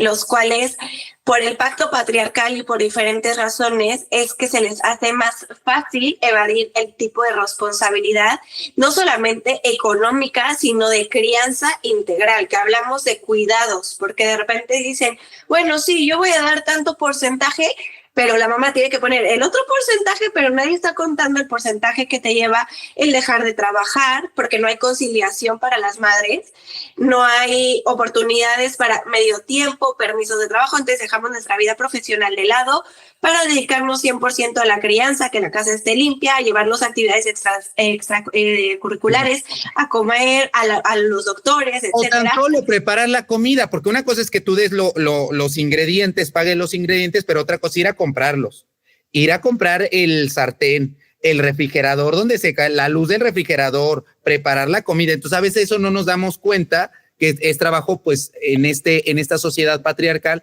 es más trabajo de la mujer, de la mamá. Entonces, acá me gustaría preguntarte, entonces, como más o menos hay un tabulador o hay un estándar, es decir, el deudor alimentario gana 10 pesos, ¿cierto porcentaje le toca o cómo determinan ese porcentaje? A ver, el porcentaje que se suele poner es de acuerdo a las características justamente de los ingresos y también de las necesidades de las infancias. Esto puede ir desde un 20% hasta un 50%. También te digo, si hay menores con discapacidad, si hay varios menores, etcétera. Entonces son varios factores a considerar, pero lo que sí es que es un mínimo de un 20%. Menos, lo que digo yo, es una propina. Sí, no, menos es una propina. Y luego ni la propina quieren dar. Y evidentemente es un delito no dar lo que te corresponde. Y también el autofijarte una pensión porque es lo que tú crees que es lo conveniente. Ajá, o sea, oye, y por ejemplo, obviamente yo creo que un juez les pide a los deudores alimentarios pues sus ingresos, ¿no? Que corroboren sus ingresos para ver, dependiendo de lo que ganan, pues le tomen ese 20% mínimo. Pero, por ejemplo, yo ahorita me quedo pensando, yo que mi principal fuente de ingresos es YouTube, yo por eso también yo no me aviento a ser papá, porque YouTube acá en México no te da un comprobante de ingresos. Y luego yo sé de muchos youtubers que con tal de no, porque yo youtuber, yo Octavio Arroyo, que yo también soy youtuber, sé que hay muchos que no declaran sus impuestos. Sé que hay muchos que tienen otras cuentas en otros lados para que no les caigan ese dinero y entonces declaren menos. Y entonces mejor lo prefieren tener en efectivo. Eso es delito.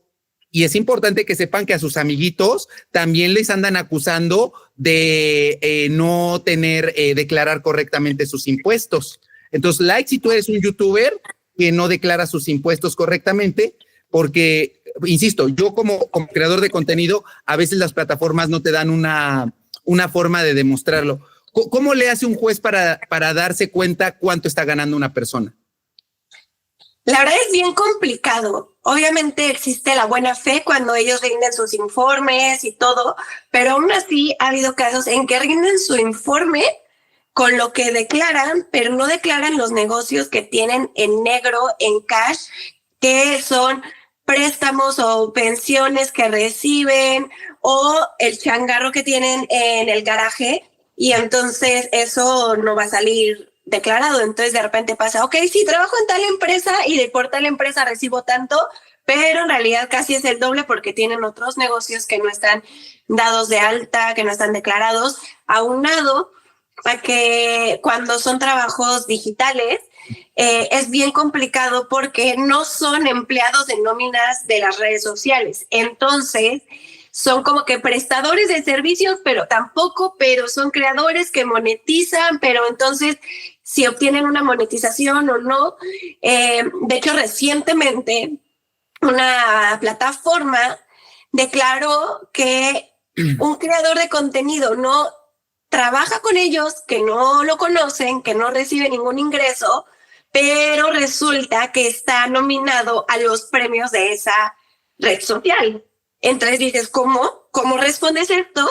Entonces ahí es cuando empiezan este tipo de artimañas, influencias para evadir, y además conforme son personas, digamos, económicamente más poderosas, como en todos lados, ¿no? Que los de España pues se van a Andorra, los de México pues Estados Unidos, ¿no? Y entonces sacan el dinero allá y vienen acá y al otro año en efectivo, y entonces nunca entró a cuentas mexicanas, y entonces tienes que pedir un exhorto internacional y bla, bla, bla, y en el Inter ya pasaron el dinero a los amigos, a los primos, a los tíos, a los abuelos, y no tienen que comer.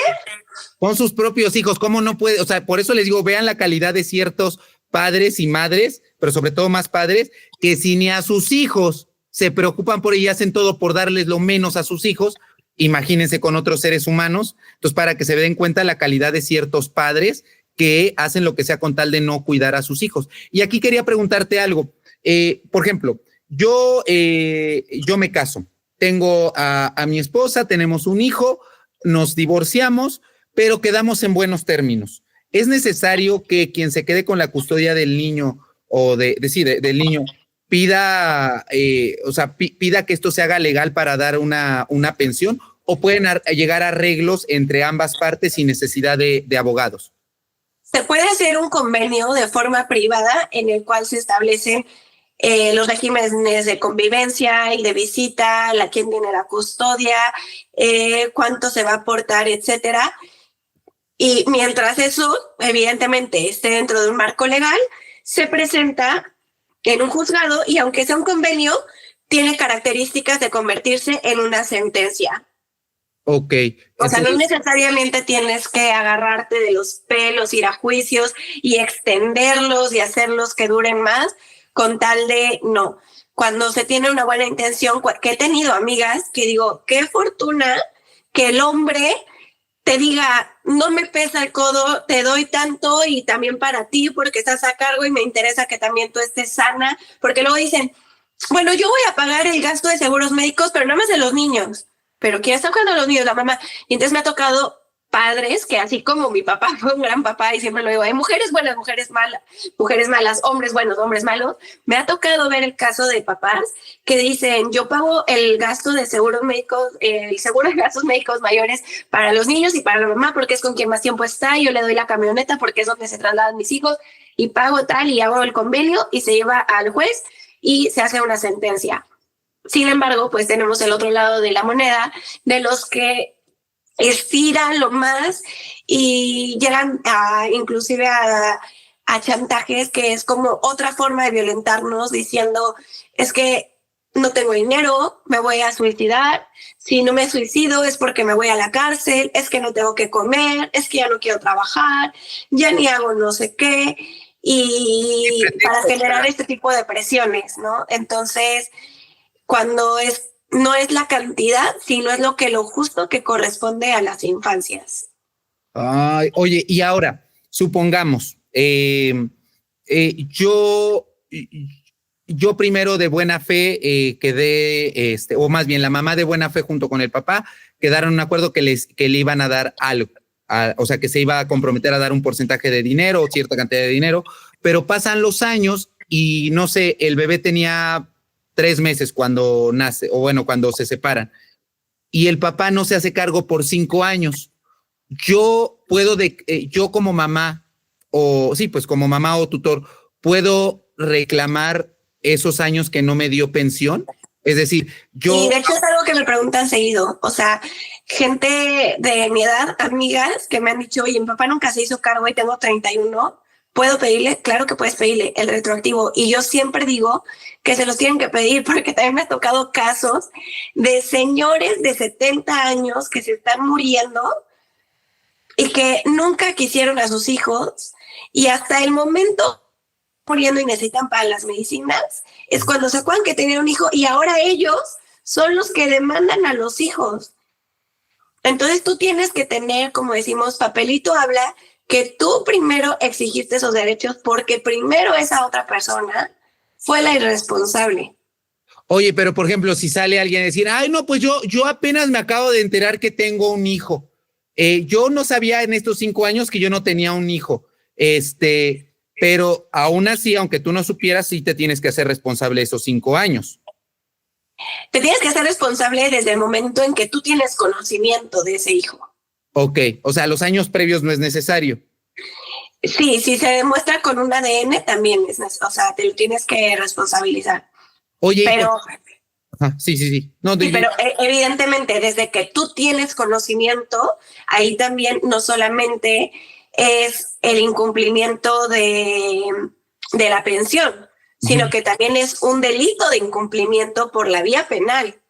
Ok. O sea, no solamente te lo va a cuantificar el juez familiar, sino que también gracias a Ley Sabina, Ley Vicaria y leyes que han estado reformándose y naciendo en los últimos años gracias a diferentes colectivos, es que podemos tener esta protección un poco más integral para que estos hombres no pueden seguir con artimañas de que se monten que ellos digan el monto que van a pagar, porque claro, ellos se montan algo en la mente para decir que es un poquito más alto que el salario mínimo y que hacen los jueces, y bueno, va, porque es el provisional, bueno, y como es el salario, un poquito más del salario mínimo, te lo acepto, aunque no sea lo justo. ¿Qué hacen muchos? Pagar el último día que tienen de fecha, dicen, ay, tienes del 1 al 5 para pagar, y te están pagando el 5 a las 11:40 de la noche, ¿no? Para hacerte batallar. O saben que por ley Sabina antes eran que 90 días, 60 días o 30 días, entonces se esperaban a deber 28 días y al día 29 pagaban para que no pudieran ser denunciados. Entonces ya es un vicio que se ha generado entre estos hombres deudores que aparentemente les duele muchísimo pagar algo que ni siquiera es comparable, como lo que decíamos, con todo el esfuerzo y tiempo que le llevan las madres. Y lo peor aún es que cuando las mamás expresamos todas las situaciones de la forma en que mentalmente te absorbe la maternidad 24/7, que cómo estamos sobrepasadas económicamente, endeudadas, emocionalmente saturadas, físicamente destrozadas, te dicen, es que estás abrumada de la maternidad, entonces mejor me llevo yo a la bendición. Cuando durante los primeros años no se quisieron hacer cargo. No, ay, viejos ridículos. Ahora, algo que pasa también mucho en México, aunque ustedes dicen, ay, eso nada más pasa en la Rosa de Guadalupe, pasa en la vida real, que hay papás que para no hacerse cargo de los niños, de las niñas, de las infancias, no reconocen su paternidad. Yo, por ejemplo, más bien una mujer se embaraza y quiere pues que el papá se haga cargo del producto. ¿Cómo puede pedir una prueba de ADN o cómo puede pedir legalmente que un hombre se someta a esta prueba de ADN? Bueno, son 2 juicios que te tienen que llevar a cabo. El primero es el de filiación, que quiere decir el reconocimiento de la paternidad por medio de un ADN. Evidentemente hay de todo. Hay hombres que en cuanto les llega la denuncia, la demanda, porque denuncia es de la vida penal, cuando les llega la demanda, enseguida, tú ya sabes, la verdad, tú ya sabes dónde dejaste tus bendiciones regadas. Ya sabes. Entonces hay hombres como todo, que enseguida dicen sí, ni hacemos procedimiento, lo acepto. Hay hombres que incluso antes de llegar al procedimiento dicen vamos a un estudio médico privado y ya. Hay otros que se esconden, que cuando tienen poder económico deciden irse a otros países para no ser notificados y hacer esta búsqueda o este procedimiento aún más cansado y revictimizante. Y bueno, ya una vez que llegan a ser notificados, pues ya ellos pueden decir lo acepto, no lo acepto o procedo a una prueba de ADN, la cual lo idóneo es que se haga a través del Poder Judicial, porque así pues son peritos neutrales y el resultado, bueno, pues no es modificado, ¿no? Esa es como la primera parte, ¿no? Y ahora, supongamos, porque puede llegar a pasar, ¿hasta cuántos años una mujer puede reclamarle la paternidad al hombre? Es decir, supongamos, a los 10 años me acordé que tal vez, lo digo porque, por ejemplo, ahorita está en tendencia lo de Aimee P3, que está embarazada y que todavía no sabemos quién es el papá P3. ¿Tú sabes quién es Aimee P3? Sí, otra violentadora de mujeres. Bueno, Aimee P3 está embarazada, entonces todavía no ha dicho el papá, pero supongamos que Aimee P3 no se acuerda del nombre del papá, pero a los 10 años del bebé se acuerda que dice, ay, a lo mejor él puede ser. ¿Hasta cuántos años una mujer puede demandar esta paternidad? O sea, ¿tiene un límite o lo puede hacer a cualquier edad? Lo puedes hacer a cualquier edad, incluso cuando son mayores de edad, como te digo, teniendo 30, 40 años, tú puedes demandar a una persona por filiación. Ok, ahora, de todo esto, de pronto es muy desgastante la parte de exigir una paternidad, exigir una pensión, exigir que a tu hijo, a tu hija, no te la quite una persona que nunca la ha visto. A raíz de todo esto que tú has vivido, ¿has experimentado alguna consecuencia física, emocional, alguna condición médica con todo esto que has atravesado? Muchísimas revictimización porque estamos expuestas a que se nos diga que somos unas putas, unas zorras, que cómo no vamos a saber quién es el papá, que si engañamos cuando saben perfectamente que no, porque evidentemente estas personas, con tal de no pagar, que es lo que les duele, el dinero, son capaces de inventar todo, que hubieron infidelidades, que, bueno, hasta de lo que no te puedes imaginar son capaces de inventar, ¿no? Entonces, todo eso emocionalmente, evidentemente, afecta. Yo tuve una depresión postparto que al momento en que otras personas se enteraron de esta depresión postparto, me chantajearon para hacerme creer que eran una suicida en potencia y que además que no podía hacerme cargo de mi hija. Entonces,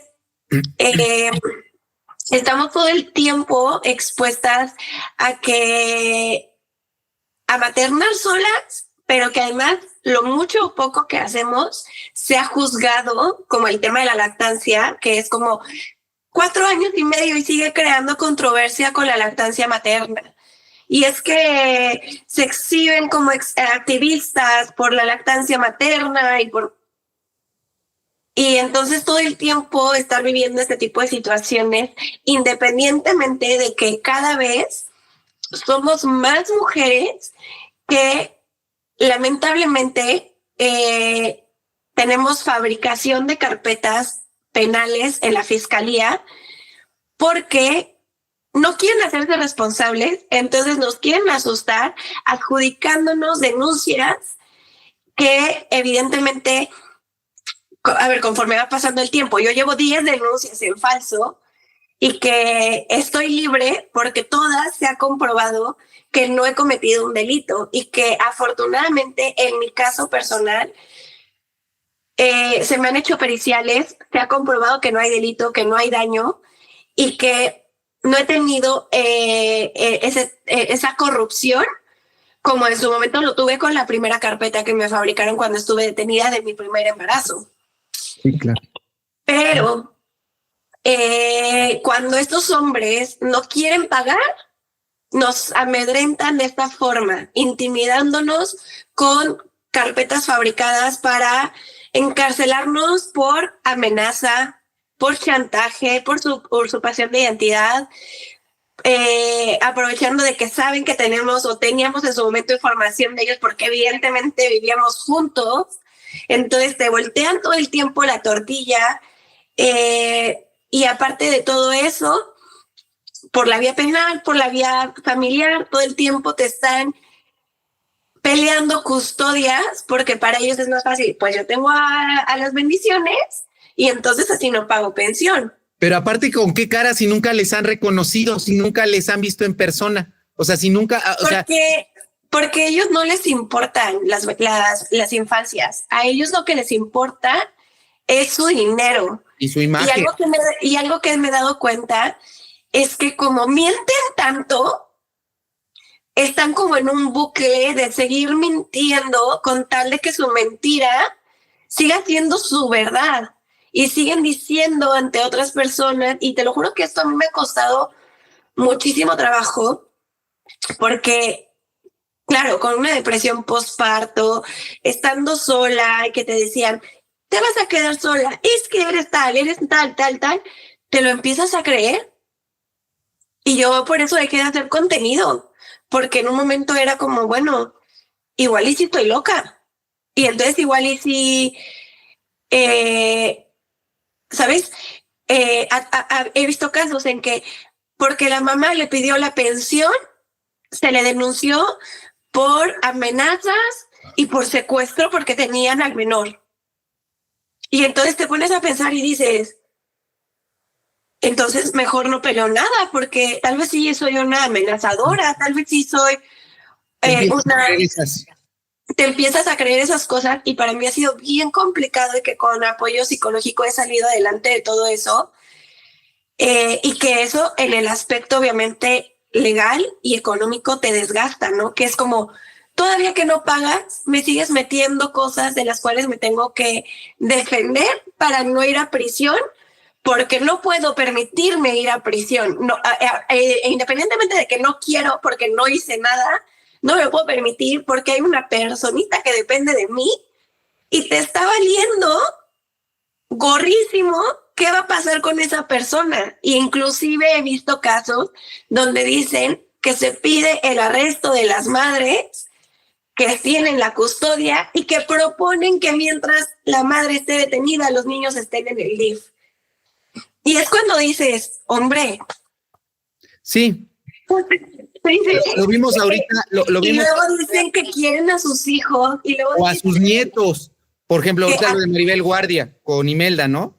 Que decían, bueno, que el niño en lo que se arregla esto esté en el DIF. ¿Cómo van a permitir que el niño esté en el DIF? Ay, no, o sea, más allá de que si es bueno o malo el DIF, o sea, no hay nada mejor que esté con un familiar, con su madre o su padre, el niño. Entonces, todo lo que hacen para que se den cuenta la calidad de personas que puede haber. Ahora. Y que a mí me ha pasado, O sí. sea, porque cuando un violentador lo que hace es reunirse con otros violentadores que usualmente son su mismo círculo de familia porque evidentemente tienen el mismo interés económico, que es no dar dinero y quedárselo dentro de su familia. Y lo otro que hacen es exterminarte a ti y a tus seres queridos. Lo que van haciendo es como ir asustando a tus abogados, a tus amistades, a tu familia. Digo, mi familia y yo hemos sido intimidadas porque se nos quiere adjudicar un presunto posible suicidio.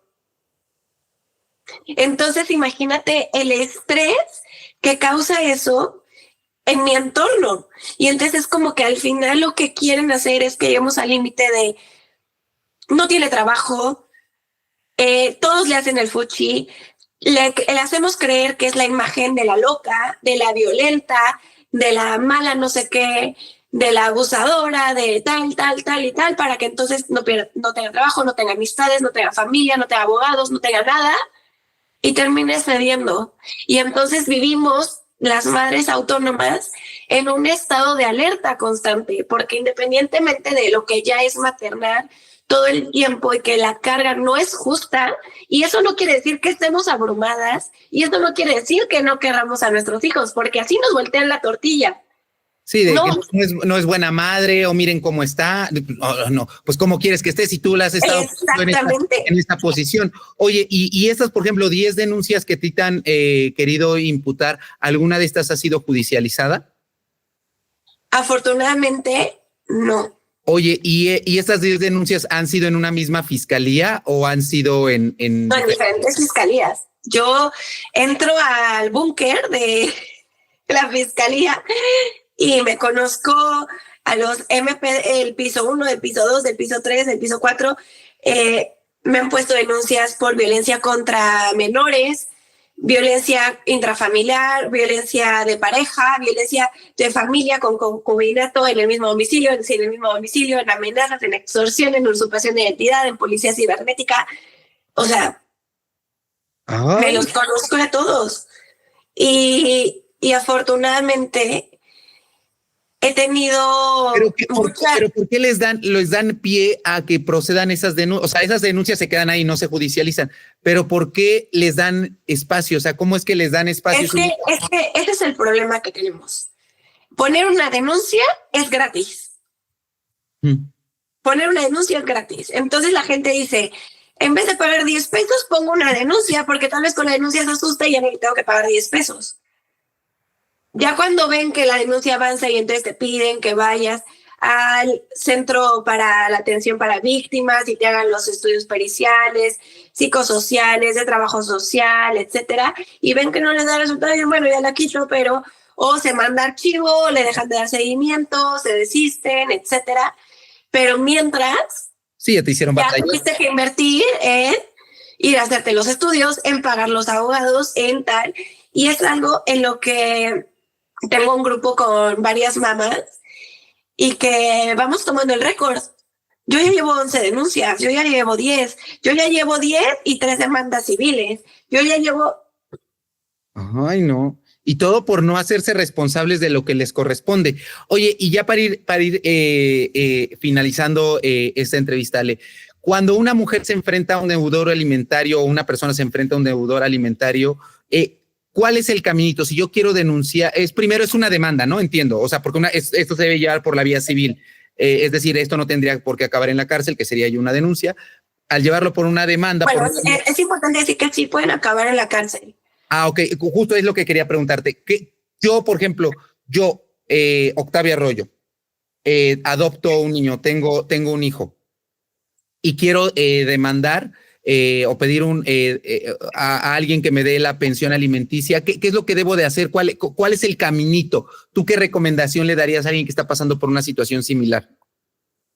Bueno, primero, buscarse un abogado. Si no tienen un abogado, pueden ir directamente a juzgados, y en juzgados, en oficialía de partes, les tienen que asignar un abogado de oficio.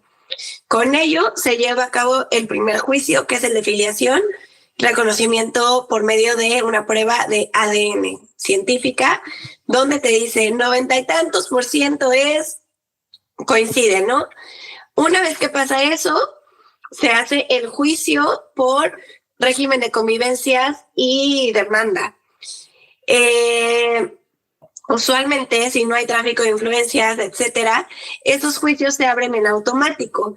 Cabe destacar que también hay hombres que tratan de pasarse de listos para lavar la imagen o de la familia y voltear la tortilla, que bien que saben que son sus hijos, entonces ellos se adelantan a interponer las demandas de guardia y custodia y todo esto para autofijarse una pensión provisional que les sea favorable y justamente evitar entrar en el Registro Nacional de Deudores Alimentarios que ha promovido la activista Diana Luz Vázquez. O sea, entonces, hay una lista como un tipo tendedero de deudores alimentarios. Sí, es una lista oficial que les permite, que les prohíbe más bien, ajá, no sacar pasaporte, comprar propiedades, etcétera, pero como te digo, en México hay aproximadamente 30 millones de padres deudores. Sin embargo, ni la mitad de ellos han llegado a un juicio. ¿Por qué? Por el miedo de las madres a que justamente nos sometemos a que los demandamos, entonces nos van a inventar carpetas o no vamos a tener dinero para el procedimiento o posteriormente se nos va a tener que nos van a tratar de quitar a nuestros hijos.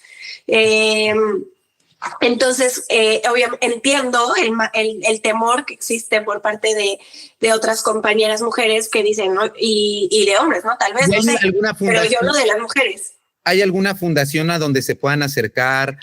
Nos decías, por ejemplo, ahorita Diana Luz, pero ¿hay algún sitio donde digan, ay, ¿con quién me apoyo? No sé a quién hacer, porque al final esto es importante. Puede haber abogados, pero siempre este acompañamiento es importante. ¿Hay alguna asociación, fundación en la cual una madre... El Frente Nacional de Violencia Vicaria y el Frente Nacional contra Deudores Alimentarios, que justamente el hecho de tratar de separar a una infancia del progenitor o la progenitora con la cual ha convivido toda su vida. Y además, la violencia económica es considerado un hecho de violencia vicaria porque estás tratando de separar a un menor de la única persona a la cual tiene como referencia.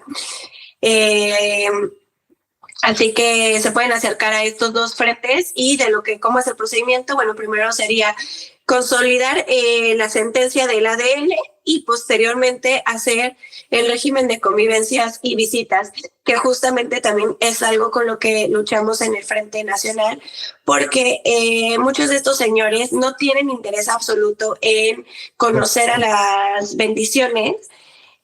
Lo único que quieren es tratar de pagar lo menos, que pagan unos meses, pero no se acuerdan que deben 42 meses de retroactivo y aparte el embarazo y... pero no fueran otras denuncias, audiencias, porque ahí llegan a la primera para conocer a sus hijos, no llegan. Ay, no, es que el Metrobús, ay, no, es que había mucho tráfico, ay, no, que es el maratón.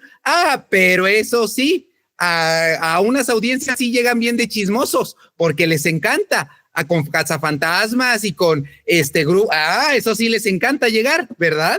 Pero son, les digo, nada más. No, y aparte la violencia que tanto estos señores irresponsables como las mismas autoridades ejercen con nuestros hijos, porque el hecho de obligar a un menor a convivir con una persona que evidentemente no le conoce, que no le tiene cariño, es una violencia. Y peor aún, cuando lo presentas al menor para que conviva con la persona, pero la persona ni siquiera aparece o empiezan a tener este tipo de fallas de este fin de semana fui, este no, etcétera. Todo este tipo son cuestiones generadoras de violencia, ya no contra las madres, sino contra directamente una infancia, que es lo que a mí me gusta siempre dejar bien en claro, ¿no? Que una cosa son los problemas que tuvieron los padres y que pudieron haber sido los más tóxicos del mundo, pero no por eso te puedes desquitar con una infancia, porque las infancias necesitan ir al doctor, necesitan sus alimentos, festejan cumpleaños, festejan navidades, es una serie de cosas y no por eso te vas a seguir encaprichando en vengarte de el otro progenitor porque estás utilizando justamente a tu hijo como una moneda de cambio y generando una violencia vicaria a la cual muchas mamás nos hemos visto expuestas. Y es bien fuerte. A mí me ha costado bien mucho tiempo el poder analizar bien y de forma interna que soy una víctima, ¿no? Y que a veces da pena porque, bueno, sí, me hice y pues sí, es que fui una tonta, ¿no? Y ahora ya lo digo, pues no me da pena, sí, fui tonta, no vi muchas cosas, pero hoy por hoy estoy esforzándome por no cometer errores del pasado, asumir mi realidad y tratar de apoyar a otras mamás que lamentablemente pasan por una situación así en la cual nos vemos humilladas por el hecho de defender los derechos de nuestros hijos. Y yo siempre digo, yo me humillo, lamo el piso, sea lo que sea necesario, con tal de que mi hija tenga una vida libre de violencia, lo cual incluye una manutención acorde a los ingresos de los deudores, que incluye que los deudores estén en una crianza siempre y cuando sea honesta, porque si no, volvemos a lo mismo, ¿no? Que sí, el otro día me pasaba en un caso de una mami que me decía, es que pues el señor sí convive con mi hija y tal, pero se ponen a ver películas para adultos y la niña quiere ver Patrulla Canina, quiere ver, ¿sabes? Stitch, y le están poniendo a ver una película de asesinos seriales, ¿no? Entonces dices, ¿cómo vas a hacer esta situación? Y bueno, es buscar un equilibrio, pero sobre todo eso de que me gustaría hacer una concientización sobre todo el estrés y el dolor físico que también las madres cargamos, porque nosotras no nos permitimos, Octavio, ir a un médico. Yo no tengo chance de que si me siento mal, quedarme acostada todo el día, porque tengo que buscar los recursos económicos para mi hija y porque tengo que hacerle el desayuno y porque tengo que llevarla a la escuela. Y entonces por eso muchas mamás estamos drenadas y estamos enfermas físicamente. Como te comentaba, la situación que yo tengo actualmente en la mama y que me ha frenado muchísimas cosas, como es el hecho de poder cargar a mi hija. ¿Y por qué? Porque estamos sobrepasadas en todos los aspectos y porque estos hombres no paran. Y tú decías algo bien importante, creo que empezar primero por reconocer que, por ejemplo, porque eso sí me tocó de cerca, ver que el padre de tus hijos te vaya a dar una pensión no es un premio o no es saber si te lo mereces, no, es su obligación. O sea, no te están haciendo un favor, es su obligación. O sea, es lo mínimo que deben de hacer. Y sí, es cierto, o sea, tomar en cuenta, porque yo he de ser sincero, o sea, crecimos, yo crecí en los 90s en donde decía, pues claro, o sea, si los dos son el papá, 50 y 50%, pero no estamos viendo todo lo que hace la mujer, donde los cría, prepara la comida, los lleva a la escuela, o sea, todo ese trabajo extra que la está limitando de poder salir a trabajar, cuando nosotros como hombres pues decimos, pues ahí que se quede el niño y yo me voy a hacer mi vida, ¿no? Porque incluso hasta la vida social, o sea, la vida social de tener amigos, de salir, pasear, ¿con quién se va a quedar mi hijo? Pues no puedo salir porque lo tengo que cuidar yo. Entonces esas cosas a veces no las dimensionamos, y tiene razón, es un pacto patriarcal y es una visión donde el hombre siempre se le da la prioridad. Ahora, hombres y mujeres, me gustaría decir, porque... No, sí, claro, hay mujeres violentas. Estas personas también son expertas, aparte de voltear la tortilla, manipular el entorno, de crearte una imagen que no eres ante las personas que les conviene. Y también hay mujeres que yo no sé si es que pecan de inocentes o pasan de largo, pero sin conocer todo el contexto, ¿sabes? Como que toleran, pasan de largo, mejor apoyo y tal, y prefieren andar cazando fantasmas y prendiendo velas y yéndose a hacer brujería y no sé qué tantas cosas, mientras los niños tienen que comer, ¿no? O sea, yo no me puedo dar el lujo de decir, hoy voy a ir a cazar un fantasma, ¿no? Sí. Porque me sobran 10 horas. Entonces, mira, voy a ir a cazar el fantasma 5 horas, y otras 5 horas me voy a ir a hacer shopping a Texas, ¿no? O sea... Sí, porque no viven esa realidad, pero bien que juzgan a quien no tiene ese privilegio. Entonces sí es importante esto, concientizar. Ahora, un último mensaje que te gustaría dejarle a las mamás que están atravesando por este tipo de violencia con deudores alimentarios. ¿Qué mensaje te gustaría dejarles, Ale? Mucha fuerza, porque es realmente revictimizante el hecho de que utilicen las mismas instituciones para generarnos daño. Que siempre pensemos en que todo lo que estamos haciendo, cada vez que estés a punto de dejarlo, pienses en que es por el bienestar de la niñez, y buscar apoyo psicológico. Y también, más que un mensaje para las madres autónomas, que puedo decir que son madres chingoncísimas, un mensaje para la sociedad es dejar de pasar de largo las cosas, dejar de decir, mejor me quedo callado, mejor no le doy una campaña, mejor no le invito, mejor no sé qué, porque no vaya a ser, y entonces no sé. Creo que eso es lo más importante, porque ese tipo de acciones del día a día, que tú dejes de solapar al primo, al amigo, a tu personaje favorito, celebridad, solamente porque, bueno, o sea, sí, es esto, pero bueno, a mí no me ha hecho nada, porque es algo que suele pasar mucho con los narcisistas y los violentadores, ¿no? Cuidan mucho la forma en que actúan para que haya gente que tenga una imagen completamente diferente de ellos. Y cuando pasa algo, sea como que hay otras personas que, pero a mí nunca me ha hecho nada. Entonces, no basarnos en esas cosas y dejar de juzgar a las mamás que sí es interés, que el mal padre que elegimos para nuestros hijos, no.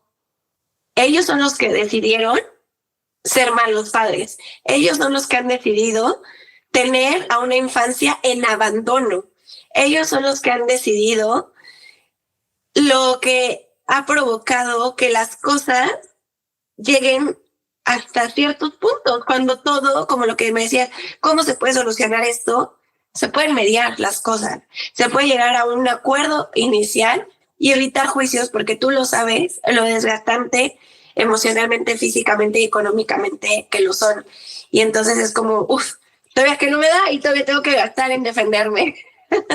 Es a lo que me refiero, pero tú decías hace un momento esto de que por la familia a veces uno hace lo que sea, lamer el piso, tirarse con tal de que todos, de que estén bien, pero también a su vez se debe de luchar, se debe de enfrentar, se debe de seguir, porque pues muchas veces en tu caso, pues tu hija pues eres su único sostén, y si tú no estás, ¿quién más va a estar? Entonces se tiene que hacer todo y sobre todo exigir justicia. Por eso yo les pido, amigos, que compartan este video, que le den like, que estén muy atentos a todo lo que sube Ale Dolores a sus redes sociales, porque yo soy muy partidario en que siempre se alce la voz, que uno no se quede callado.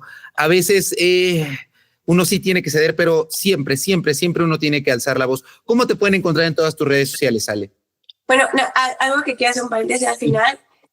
Me duele mucho la forma en que se llevan los casos en este país, porque no se nos permite hablar de muchas cosas, y todo lo que te he contado hoy ha sido de mi experiencia personal, de cosas que me han sucedido a mí antes de ser mamá.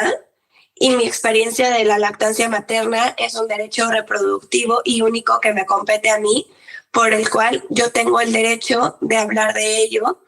Y me duele mucho, no porque quiera salir y gritarlo, porque creo que mi hija merece la verdad de las cosas, el estar limitada a no hacerlo, pero al ver que otras personas dan entrevistas, que siguen creando contenido con inteligencia artificial, audios, screenshots y todo, llega un momento en el que, como te digo, estamos sobrepasadas, y te agradezco muchísimo que me hayas escuchado todo este tiempo, y quiero decir que no todos tienen que empatizar conmigo y con mi historia, pero ojalá sirva de algo, porque ha sido bien complicado darme cuenta de que regresé, fui, vine, tal, etcétera, en una relación que a mí me costaba mucho trabajo salir de ello, y que no me daba cuenta, y que apenas me estoy dando cuenta de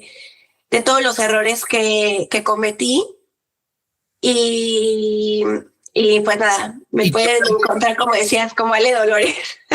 Y que esto ya no va ni por ti ni por otra persona, no, va por una infancia.